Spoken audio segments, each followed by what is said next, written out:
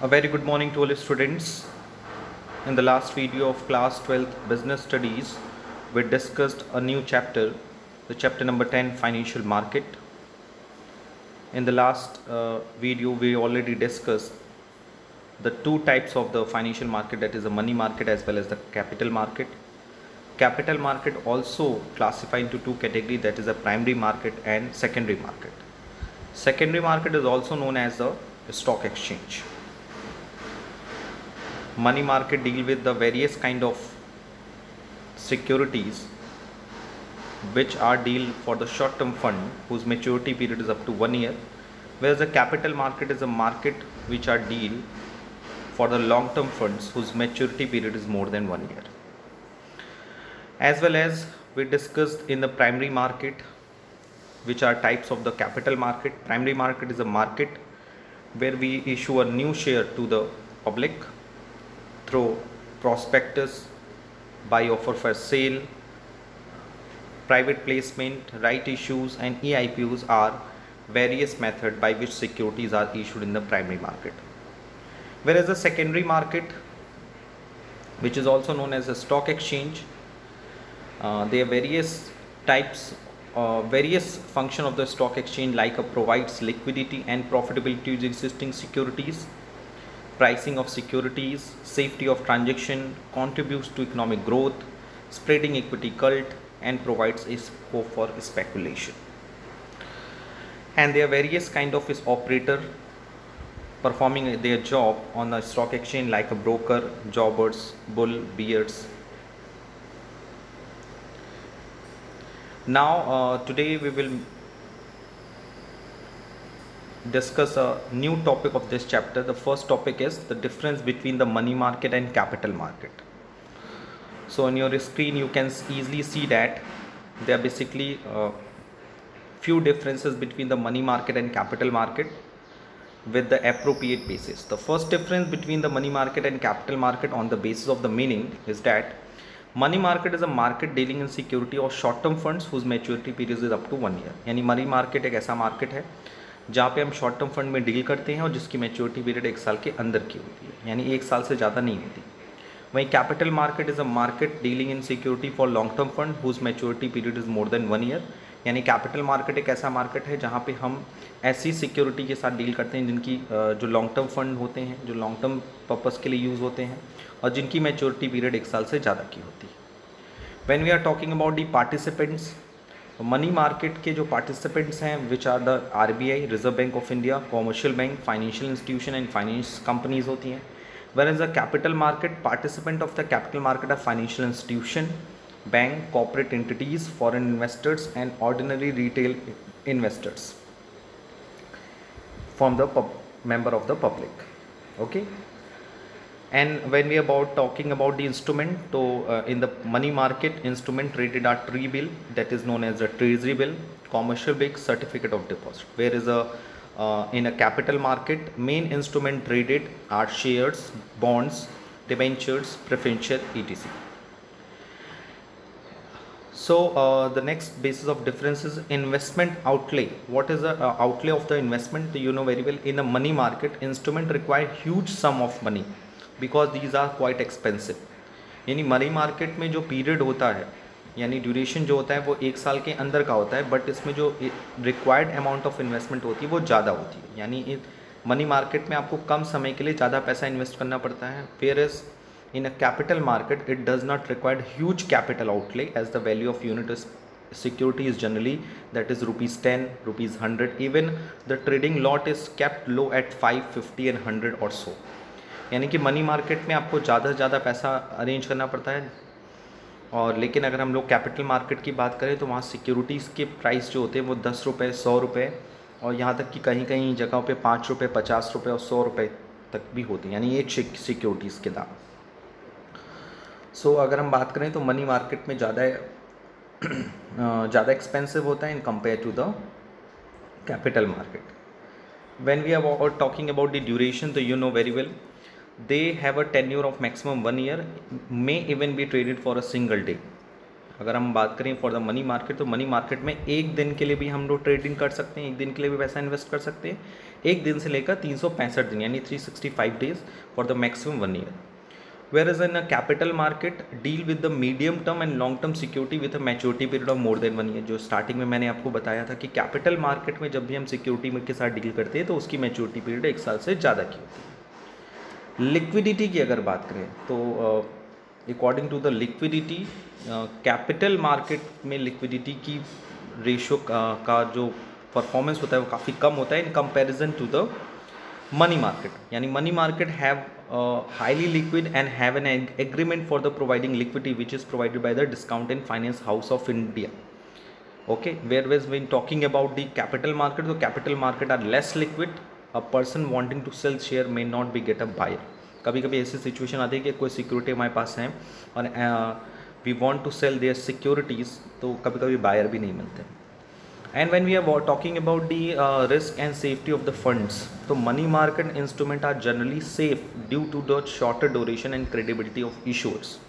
यानी money market के जो इंस्ट्रूमेंट होते हैं वो जनरली सेफ होते हैं क्योंकि ड्यूरेशन जो काफ़ी कम होता है, और जो भी इशू होते हैं जो उसके पार्टिसिपेंट होते हैं वो generally reserve bank of India होते हैं, कई तरह के फाइनेंशियल इंस्टीट्यूशंस होते हैं जिनकी क्रेडिबिलिटी मार्केट में काफ़ी अच्छी होती है। So that's why we can say that कि मनी मार्केट के जो इंस्ट्रूमेंट हैं वो ज़्यादा सेफ होते हैं ड्यूरेशन को देखकर और इशूअर्स की क्रेडिबिलिटी को देखकर।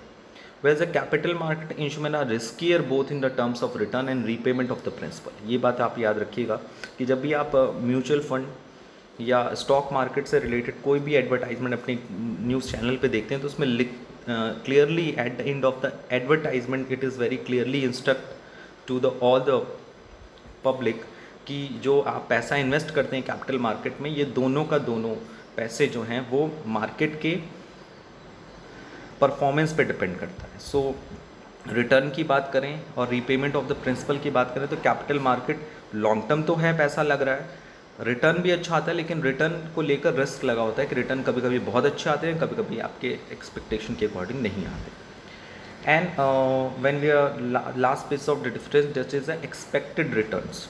तो the expected rate of return is less due to the short duration.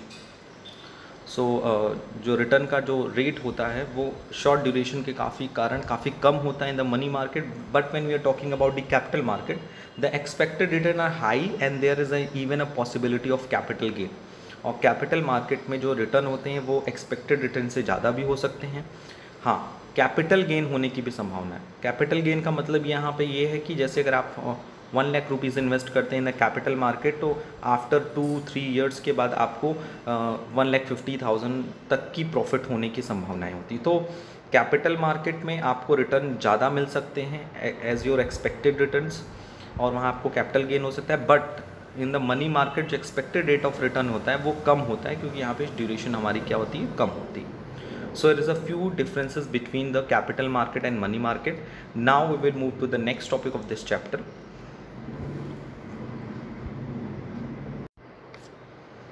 You know very well there are basically two types of the capital market, the primary market and secondary market. And secondary market is also known as the stock exchange.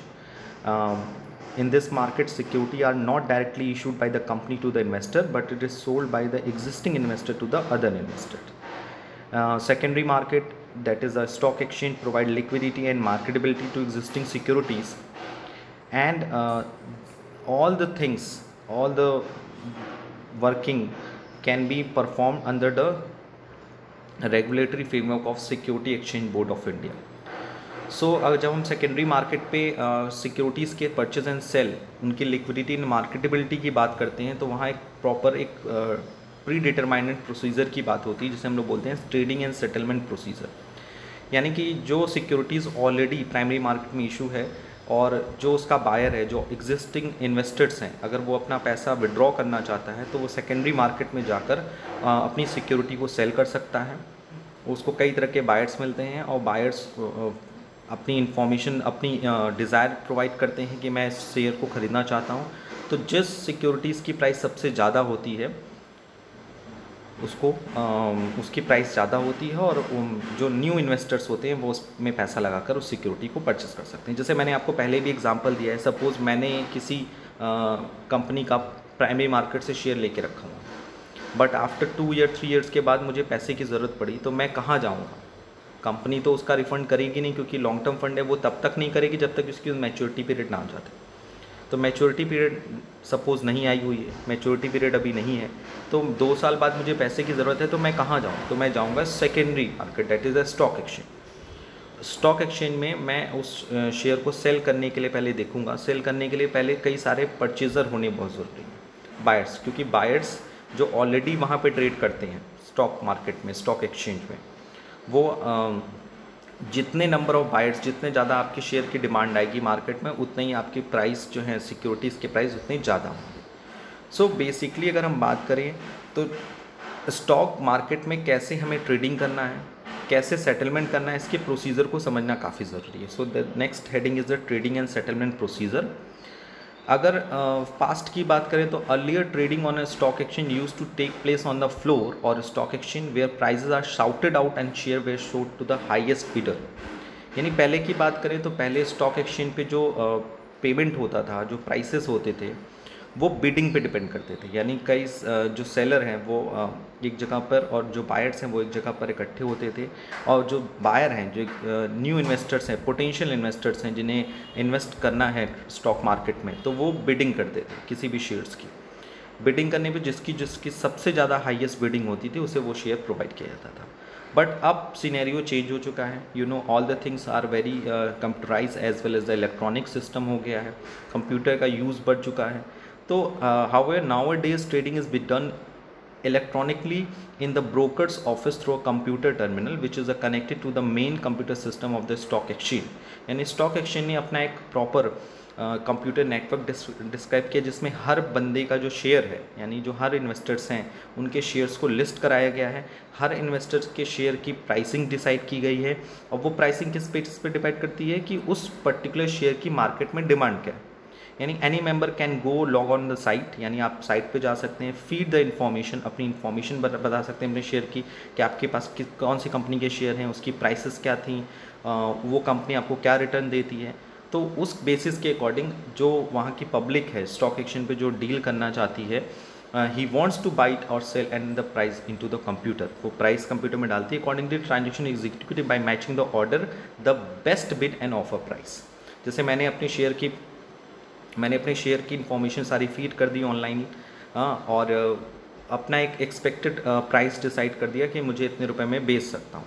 तो उससे relatively कुछ लोग highest bid करेंगे, अगर आपका share market में अच्छा work कर रहा है तो लोग उससे ज़्यादा बिड करेंगे, और कुछ लोग आपसे निगोशिएट करने की कोशिश करेंगे। तो जो आपको ऑफ़र बेस्ट लगेगा, जो ऑफ़र प्राइस आपको अच्छा लगेगा, वहाँ पे आप अपने शेयर को सेल कर सकते हो। यानी पूरा trading and settlement procedure on the stock exchange वो बिकम अ वेरी इलेक्ट्रॉनिकली, वो इलेक्ट्रॉनिक बन चुका है। वेबसाइट्स डिस्कवर्ड किए गए हैं, ऑनलाइन के थ्रू आप अपने शेयर्स को एंड सिक्योरिटीज़ को सेल कर सकते हैं, और ईजिली जो आपके पास बायर भी अवेलेबल हो जाते हैं, बायर भी अपने ऑफ़र प्राइस को प्रोवाइड करते हैं, और सेलर को जो उसमें से बेस्ट बिड लगती है वो उस प्राइस पे उस शेयर को सेल कर सकता है।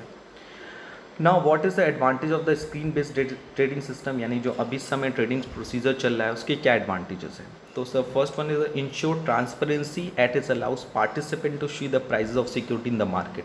यानी सबसे पहला फ़ायदा ये होता है कि हमें जो भी सिक्योरिटीज़ मार्केट में जो भी सिक्योरिटीज़ रन कर रही हैं उनके प्राइस की ट्रांसपेरेंसी रहती है। यानी हम झूठ नहीं बोल सकते हैं कि मेरे शेयर का प्राइस इतना है। शेयर के जो प्राइस हैं बेसिकली वो उस पर्टिकुलर शेयर की डिमांड एंड सप्लाई पे डिपेंड करता है। यानी जिस पर्टिकुलर शेयर की डिमांड काफ़ी ज़्यादा होगी उसके प्राइस ऑटोमेटिकली हाई होगी। जनरली आप फ्लिपकार्ट एंड अमेज़ॉन पे शॉपिंग भी करते हैं तो जनरली आप देखते हैं किसी प्रोडक्ट की जब डिमांड बढ़ जाती है तो उसकी प्राइस भी बढ़ती है, और जब किसी प्रोडक्ट की प्राइस कम रहती है तो लोग उस पर ऑफ़र देते हैं, डिस्काउंट देते हैं ताकि आप उस प्रोडक्ट को परचेस करें। सो वो भी एक तरह का यही सिस्टम है जहाँ हम डिमांड एंड सप्लाई की बात करें। एक बेस प्राइस लेके चलते हैं कि इतना तो मिलना ही चाहिए ताकि जो सेलर है उसको एक ऑप्टिमम प्रॉफिट तो रिसीव हो, जो वो डिज़ायर्ड प्रॉफिट है। उससे ज़्यादा मिल रहा है तो सेलर के लिए और अच्छी बात है। The second advantage of the screen-based trading system that is it helps in fixing the prices efficiently because of the efficiency of the information being passed on। यानी स्क्रीन बेस्ड ट्रेडिंग सिस्टम के help से हम एक easily हम price decide कर सकते हैं, fix कर सकते हैं। कैसे फिक्स कर सकते हैं? क्योंकि वहाँ पे हमें ईज़िली लोगों की इन्फॉर्मेशन मिल सकती है कि लोग जो पोटेंशियल बायर्स हैं, जो पोटेंशियल इन्वेस्टर्स हैं, वो कितने रुपए में उस शेयर को परचेस करने के लिए तैयार हैं। तो ये सारी इन्फॉर्मेशन मिलती है, तो हम ईज़िली उस शेयर की प्राइस को डिसाइड करने में हमें काफ़ी हेल्पफुल होता है। The third one is there is a reduction in time, cost and risk of error because of increase efficiency. Traditionally way से और प्रेजेंटली वे में अगर हम देखें तो घर बैठे ये सारे काम हो सकते हैं, यानी कि ट्रैवलिंग का कोई इशू नहीं होता है। आप जब चाहें तब बैठ के ट्रेडिंग कर सकते हैं, टाइम का कोई इशू नहीं होता है। और रीपेमेंट एंड रिफ़ंड की अगर बात करें तो वो उसका रिस्क भी काफ़ी कम होता है। सो अगर हम बात करें तो स्क्रीन बेस्ड ट्रेडिंग सिस्टम में हमारे टाइम की बचत होती है, पैसे की बचत होती है और रिस्क भी होता है कि अगर हम किसी बाई फॉल्ट अगर कोई ट्रांजेक्शन कर बैठे हैं तो उसके लिए हमारे पास उसके भी ऑप्शन होते हैं। जैसे आप फ्लिपकार्ट एंड अमेज़ॉन पे शॉपिंग कर रहे हो, बाई द फॉल्ट आपने कोई गलत ट्रांजेक्शन कर लिया तो उसका रिफंड आपको मिल जाता है। तो वही यहाँ पे भी सिस्टम है कि अगर बाई फॉल्ट आपने किसी कंपनी का शेयर परचेस कर लिया, वैसे तो नहीं कर पाते क्योंकि उसके लिए काफ़ी फॉर्मेलिटीज़ होती हैं, तो इंसान तभी जब भी कोई भी शेयर परचेस करता है तो प्रॉपरली काफ़ी सोच समझ के ही करता है। लेकिन अगर किसी भी रीज़न से कोई एरर हो जाता है तो उसके लिए भी उसमें भी रिस्क नहीं होता। तो ये कहीं ना कहीं इस पूरे सिस्टम की इफ़िशियंसी को इंक्रीज़ करता है। The fourth one, it enables a large number of participation to trade with each other leading to improvement of liquidity of the market. ये बहुत इंपॉर्टेंट पार्ट है कि स्टॉक मार्केट के साथ ऑनलाइन सिस्टम ऐड होने से, यानी screen based trading system add होने से ट्रेडिंग काफ़ी बड़े लेवल पे हो जाते हैं। यानी यहाँ पे जो पार्टिसिपेंट्स होते हैं, जो पब्लिक है, वो काफ़ी बड़े लेवल पे पार्टिसिपेट करती है। अगर हम कहें आपसे कि किसी भी चीज़ में आपको फिज़िकली जाके प्रेजेंट होना है और किसी चीज़ पे जाके आपको घर बैठ के ऑनलाइन प्रेजेंट होना है, तो आपके हिसाब से कंफर्ट जोन क्या रहेगा आपका? ऑनलाइन आप प्रेजेंट हो जाएं। जैसे अगर आपको कोई सेमिनार या वेबिनार अटेंड करना है तो आप वहाँ जाओगे, फिज़िकली प्रेजेंट होगे, उसके लिए आपको हो सकता है काफ़ी चीज़ों को बियर करना पड़े, तो आप एक बार सोचोगे कि चलो यार कौन करे। लेकिन जब आप ऑनलाइन सिस्टम की बात करते हो तो वहाँ पे कहीं ना कहीं हमारे मन में आता है अरे वहाँ जाना तो है नहीं, बस मोबाइल में लॉग इन करना है, मोबाइल में बैठ के देखना है। तो कहीं ना कहीं आपका भी उसमें इंटरेस्ट बढ़ता है क्योंकि वहाँ पर आपको कम मेहनत करनी पड़ती है। तो स्क्रीन बेस्ड ट्रेडिंग सिस्टम से ये भी फ़ायदा हुआ है कि पार्टिसिपेशन के जो नंबर हैं वो काफ़ी बड़े हैं, क्योंकि आप एक जगह बैठ के आराम से उन सारी चीज़ों में पार्टिसिपेट कर सकते हो। Number fifth one is all the trading centres spread across the country have been brought on to the one trading platform. ये भी बहुत इंपॉर्टेंट है कि पूरी कंट्री के जितने भी ट्रेडिंग सेंटर्स हैं वो एक जगह बैठकर एक ट्रेडिंग प्लेटफॉर्म पे बैठकर अपनी किसी भी शेयर को परचेस करने के लिए बिड कर सकते हैं। सेलर अपने शेयर को सेल करने के लिए वो कर सकता है, लिस्ट करा सकता है। सो बेसिकली यहाँ पे बायर एंड सेलर एक ट्रेडिंग प्लेटफॉर्म पे मीट होते हैं, वो भी ऑल ओवर इन कंट्री की बात हो रही है, ऑल ओवर स्टेट की बात नहीं हो रही, ऑल ओवर सिटी की बात नहीं हो रही है, बल्कि ऑल ओवर द कंट्री, यानी कंट्री लेवल पे यहाँ पे बात होती है कि कंट्री पे इतनी ज़्यादा पॉपुलेशन है हमारे इंडिया की, सोच लीजिए, तो वहाँ पे सब लोग एक जगह बैठकर आराम से एक ट्रेडिंग प्लेटफॉर्म पे ट्रेडिंग कर सकते हैं। हो सकता है कि मेरे शेयर को कोई भी साउथ से कोई परचेस कर ले, केरल तमिलनाडु से कोई परचेस कर ले जिसको हम जानते भी नहीं हैं, और हो सकता है कि हम उसके शेयर को कोई जम्मू एंड कश्मीर में परचेस कर ले। सो बेसिकली मेरा कहने का मतलब है कि जहाँ फिज़िकली काफ़ी डिस्टेंस है, लेकिन ऑनलाइन सिस्टम होने से, स्क्रीन बेस्ड ट्रेडिंग सिस्टम होने से ये सबसे इम्पॉर्टेंट प्लस पॉइंट ये होता है कि हम ईज़िली अपने शेयर को सेल कर सकते हैं और ऑल ओवर द कंट्री हम वर्क कर सकते हैं। So this is a online और the screen based trading system जो प्रेजेंटली हमारे स्टॉक एक्सचेंज में वर्क कर रहा है। So now we will move to the next topic of this chapter, जो बहुत इंपॉर्टेंट टॉपिक है। So please listen carefully. The next topic is the step in trading and settlement procedure. यानी कि stock market में अगर आपको अपने share को ट्रेड करना है, उसका सेटलमेंट करना है, जैसे हम लोगों ने पहले उसी हेडिंग पे बात कर रहे हैं, तो which types of step will be followed by the every potential buyers, यानी or the potential investors. Just suppose if you want to invest the money in the stock market, अगर आपको स्टॉक मार्केट से कोई share खरीदना है या कोई securities को परचेज या सेल करना है, तो what types of the steps will be followed by the every potential buyers and the seller. So the step number one is approaching the broker. Yani the first step is undertaken by an investor who wishes to either buy or sell securities. He approaches a registered broker or sub broker to enter into an agreement with him. यानी सबसे पहला बात ये होता है कि जब भी आपको अपनी सिक्योरिटीज़ को ख़रीदना है, सिक्योरिटीज़ को सेकेंडरी मार्केट से ख़रीदना है या उसमें बेचना है, तो सबसे पहले आप अपने एक रजिस्टर्ड ब्रोकर के साथ एग्रीमेंट करोगे. एग्रीमेंट करने का मतलब है उसे अपनी इन्फॉर्मेशन प्रोवाइड करोगे. He has to sign a client registration form and provide the following information. यानी आप उसके क्लाइंट बनोगे, यानी आप अपने ब्रोकर से मिलोगे, क्योंकि आपका रजिस्ट्रेशन तो है नहीं, आपको स्टॉक मार्केट तो जानता नहीं है, तो आप एक ब्रोकर के साथ एग्रीमेंट करोगे. ब्रोकर आपको एक क्लाइंट रजिस्ट्रेशन फॉर्म देगा. उस क्लाइंट रजिस्ट्रेशन फॉर्म में आपको अपनी सारी इन्फॉर्मेशन भरनी होगी और साथ ही साथ कुछ इन्फॉर्मेशन डिस्क्लोज करनी पड़ेगी इंपॉर्टेंट वे में. वो है pan number and date of birth and address, bank account details, education, qualification and occupation, residential status, that is Indian or non-residential Indian, depository account details, name of any other broker with the whom registered, client code number in client registration form. यानी जो broker आपको client registration form देगा उस पर आपका client code number होगा. The broker that open a trading account in the name of the investor. Suppose मेरे नाम, मैं स्टॉक मार्केट स्टॉक एक्सचेंज पे जाकर अपनी सिक्योरिटी को सेल या परचेस करना चाहता हूँ, तो पहले मैं ब्रोकर से मिलूंगा. ब्रोकर एक फॉर्म फिलअप करेगा, यानी मेरी इन्फॉर्मेशन जो है वो स्टॉक मार्केट के साथ शेयर करेगा. वो इन्फॉर्मेशन क्या है, आपके डिटेल मैंने आपको बताई. बेसिकली 8 इंपॉर्टेंट डिटेल होती है, नाम से लेकर क्लाइंट कोड नंबर तक, और वो सारी इन्फॉर्मेशन के साथ वो मेरा अकाउंट स्टॉक मार्केट पे एक ट्रेडिंग अकाउंट ओपन करेगा मेरे नाम से. Okay, the first step is very clear. The step number 2, opening a demat account. The investor then has to open a demat account or beneficial owner account with a depository participant for holding and transferring securities. He also has to open a bank account for any cash transaction. You know very well कि जब भी हम stock market पे deal करते हैं तो हमारे account में एक डीमैट अकाउंट होना चाहिए. जैसे हम generally saving account, fix deposit account open करते हैं, एज इट इज़ हमें अपने बैंक अकाउंट के साथ डीमैट अकाउंट भी ओपन करना पड़ता है. जनरली आपने नाम भी सुना होगा कि डीमैट अकाउंट. तो स्टॉक मार्केट पे ट्रेड करने के लिए एक स्पेसिफिक डीमैट अकाउंट ओपन हुआ है. डीमैट अकाउंट का मतलब ये होता है कि जो आपके स्टॉक मार्केट के साथ अटैच होगा. जब भी आप सिक्योरिटी को सेल करोगे तो जो सेल की वैल्यू है वो उस डीमैट अकाउंट में आ जाएगी, और जब आप किसी भी सिक्योरिटीज़ को परचेस करोगे तो उस डीमैट अकाउंट से आपके अकाउंट से पैसे कट के उसके पास चले जाएंगे. तो स्टेप नंबर 2 है कि आप एक डीमैट अकाउंट ओपन करिए अपने बैंक अकाउंट के साथ, और जिसे हम लोग बोलते हैं पार्टिसिपेंट्स, डिपॉजिटरी पार्टिसिपेंट्स, जो आपके और सेलर के बीच में, यानी जो सिक्योरिटी सेल कर रहा है और आपके बीच में जो भी ट्रांजैक्शन होगी मनी की, वो उस अकाउंट के साथ डील की जाएगी. So the next one is step number 3 is a placing an order. The investor then place an order with a broker to buy और सेल सिक्योरिटी. यानी उसके बाद, यानी आपके पास क्या क्या चीज़ें होंगी, आपका एक ट्रेडिंग अकाउंट हो गया स्टॉक एक्सचेंज के पास, और दूसरा आपके पास डीमैट अकाउंट है. जब ये दोनों चीज़ें हैं तो तीसरा स्टेप है कि सपोज़ अगर आपको कोई अपनी सिक्योरिटी परचेस करनी है, और क्योंकि आप ये सारा काम क्यों कर रहे हो, क्योंकि आपको क्या करना है, अपनी सिक्योरिटी को सेल करना है या फिर नई सिक्योरिटी को परचेस करना है.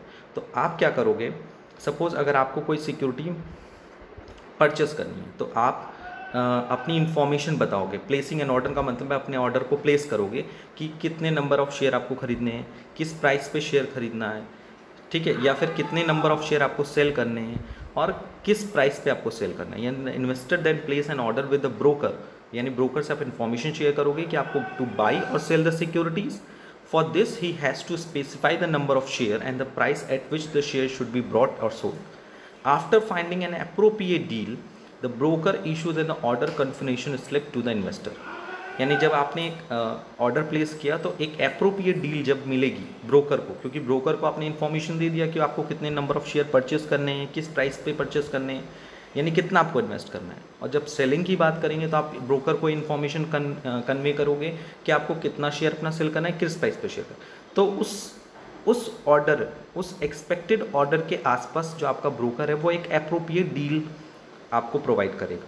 ठीक है, जैसे आप अमेज़ॉन एंड फ्लिपकार्ट पे शॉपिंग करते हो तो आप जो भी प्रोडक्ट ऑर्डर करते हो, ऑर्डर के लिए सर्च करते हो, तो उसकी अप्रोप्रिएट डील ओपन हो जाती है कि इस कंपनी का इतने का है, इस कंपनी का इतने का है, इस कंपनी का इतने का है.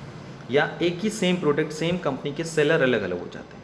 तो वहाँ पे भी बेस्ट डील आपको दिखाई जाती है और नीचे कुछ ऑप्शन भी दिए जाते हैं कि अगर आप यहाँ से खरीदोगे तो इतने रुपए का पड़ेगा, यहाँ से खरीदोगे तो इतने का पड़ेगा, क्योंकि different seller with registered with the Flipkart and Amazon. So वही सेम प्रोसीजर यहाँ पे भी है कि आप जब भी कोई शेयर परचेज या सेल कर रहे हो तो आपको एक अप्रोप्रिएट डील प्रोवाइड करता है ब्रोकर, और ब्रोकर आपको एक ऑर्डर कन्फर्मेशन स्लिप प्रोवाइड करता है इन्वेस्टर को कि जो इन्वेस्टर है वो उन सारे डील में से जो भी अप्रोप्रिएट डील, या तो ब्रोकर डिसाइड कर लेता है कि उसमें से अप्रोप्रिएट डील क्या है आपकी ऑर्डर के अकॉर्डिंग, या फिर आप खुद उसमें से सेलेक्ट करो कि आपके लिए क्या अप्रोप्रिएट डील है। तो आपको एक ऑर्डर कन्फर्मेशन स्लिप देगा, कहेगा कि इसको आप देख लो और उस पर कन्फर्मेशन दे दो। तो यानी आपने जब कन्फर्मेशन दे दिया तो step number 4 is finding a deal. The broker then goes to the online stock market and match the share with the best price available. The broker terminal will be informed when the share can be bought or sold at a mentioned price. The order will be executed electronically. After this, he will issue a trade confirmation slip to the investor. यानी जब आपने information दे दी कि आपको इस तरह का share purchase करना है, इतने प्राइस पे शेयर करना है, पे परचेस करना है, वैसे ही सेलिंग के केस में भी कितने नंबर ऑफ शेयर सेल करनी है, इस प्राइस पे सेल करना है, जैसे ही वो समय आता है, जैसे ही वो मौका आता है तो ऑटोमेटिक इलेक्ट्रॉनिकली वे में वो ट्रांजेक्शन एग्जीक्यूट हो जाता है। And thereafter he will issue a trade confirmation slip to the investor. उसके बाद आपका जो ब्रोकर है यानी स्टॉक मार्केट एक या ब्रोकर जो है वो आपको ट्रेड कन्फर्मेशन स्लिप देता है कि आपके ऑर्डर के अकॉर्डिंग, आपके कन्फर्मेशन के अकॉर्डिंग एक डील हो गई है और वो इतने, आपका शेयर जो है इतना शेयर इतने प्राइस पे सेल हुआ है। उसके बाद स्टेप नंबर 5 में होता है issuing contract note. Within 24 hours of the execution of the order, the broker issue a contract note। यानी 24 घंटे के अंदर, ऑर्डर के कंप्लीट होने के 24 घंटे के अंदर the broker issue a contract note. एक कॉन्ट्रैक्ट नोट इशू होता है जिसमें बताता है कि containing detail of the share, यानी शेयर के बारे में बताता है कि कौन सा शेयर आपका सेल हुआ है, किस प्राइस पे सेल हुआ है, उसके डेट एंड टाइम क्या है, एंड आपके इस ट्रांजेक्शन के लिए आपसे कितना ब्रोकरेज चार्ज किया जाएगा। वहीं दूसरी ओर अगर आप परचेस करना चाहते हो तो कौन से शेयर आपने परचेस किए हैं, उसका प्राइस क्या है, डेट एंड टाइम क्या है और ब्रोकरेज क्या है। And unique order code number is assign to each transaction at the stock exchange. Stock exchange में जितने भी ऑर्डर होते हैं, जितने भी ऑर्डर परफॉर्म किए जाते हैं, चाहे वो परचेस से रिलेटेड हो, चाहे वो सेलिंग से रिलेटेड हो, उस पर आपको एक unique order code number assign किया जाता है। Delivery of share will take place on और before the day of payment immediately after the issue of the contract note. ये बात याद रखनी है कि जो शेयर की डिलीवरी यानी शेयर की जो ओनरशिप है, सपोज वो एक्स के नाम पे था, वाई ने उसको परचेस कर लिया, तो वाई के नाम पे जब वो शेयर होगा वो या तो ऑर्डर होने के तुरंत बाद हो जाता है, या तो जैसे ही आप उस शेयर, जैसे आपने परचेस किया कोई शेयर, तो जैसे ही आप पेमेंट करोगे तो उसके बाद आपके नाम पे वो शेयर हो जाएगा। दिस इज कॉल्ड अ पे इन डे, ठीक है, which is before the T+2 day as the deal has to be settle on the T+2 date. T+2 मतलब ट्रांजेक्शन डेट प्लस 2 डे, आपको 2 डेज़ का ग्रेस पीरियड मिलता है कि 2 दिन के अंदर आप क्या करो, पेमेंट कर दो ताकि आपके नाम पे वो शेयर ट्रांसफ़र हो जाए। The exchange will deliver the share और make payment to the broker. यानी जो परचेजर है वो पेमेंट किसको करेगा, ब्रोकर को, ब्रोकर किसको पेमेंट करेगा, स्टॉक एक्सचेंज में। दिस इज कॉल्ड अ पे आउट डे। यानी कि जैसे ही मैंने आपको बताया कि डिलीवरी की जो शेयर है वो कॉन्ट्रैक्ट नेट इशू करने पे, ठीक है, उसके पहले या उसके बाद आपको कर दिया जाता है। इस सिचुएशन को बोलते हैं पे इन डे, यानी जिस दिन पे हुआ उसी दिन आपको क्या कर दिया गया, शेयर ट्रांसफ़र कर दिया गया।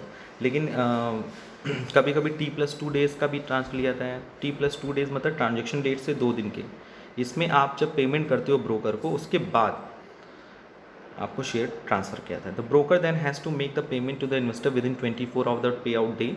Finally the broker can make delivery of the share in demat from directly to the investor demat account. The investor has to give detail the depository participant about his demat account to take delivery of security directly into his benefit owner account. So last जो step है वो थोड़ा सा complicated है sentence के according, लेकिन easily word में अगर आप समझिए कि जब आपने पेमेंट कर दिया, आपके नाम पे शेयर आ गया, तो उसमें 2 तरीके का है पे। एक होता है आपका, इसमें आप देखिएगा, इसमें लिखा होगा, पहला पॉइंट होता है द पे इन डे, जिस डे ट्रांजेक्शन हुआ उसी दिन आपने पे कर दिया। और कुछ होता है पे आउट डे। पे आउट डे का होता है ट्रांजेक्शन से 2 दिन तक का, ओके। और जब लास्ट में जब सारा पेमेंट हो जाता है, broker can make delivery of the share in demat from directly to the investor demat account. जो इन्वेस्टर ने डीमैट अकाउंट बनाया है उसमें आपके पास सिक्योरिटीज़ चली जाती है।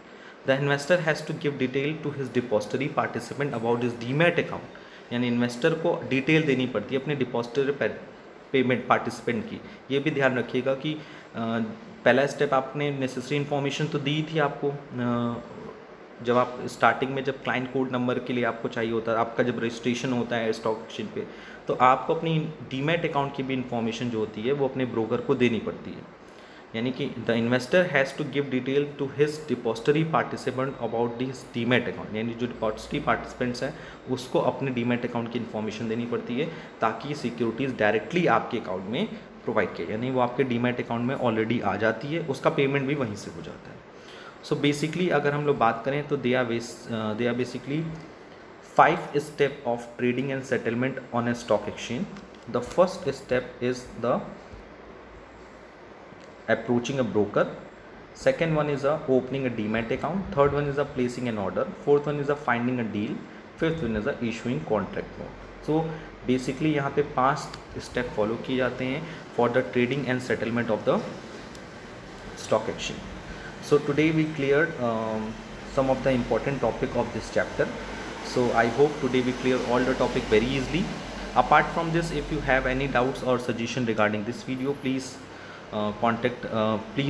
ask me in online classes. Okay, so आज के लिए इतना, thanks a lot. In the next video we will come to discuss a new topic of this chapter. Okay, bye bye.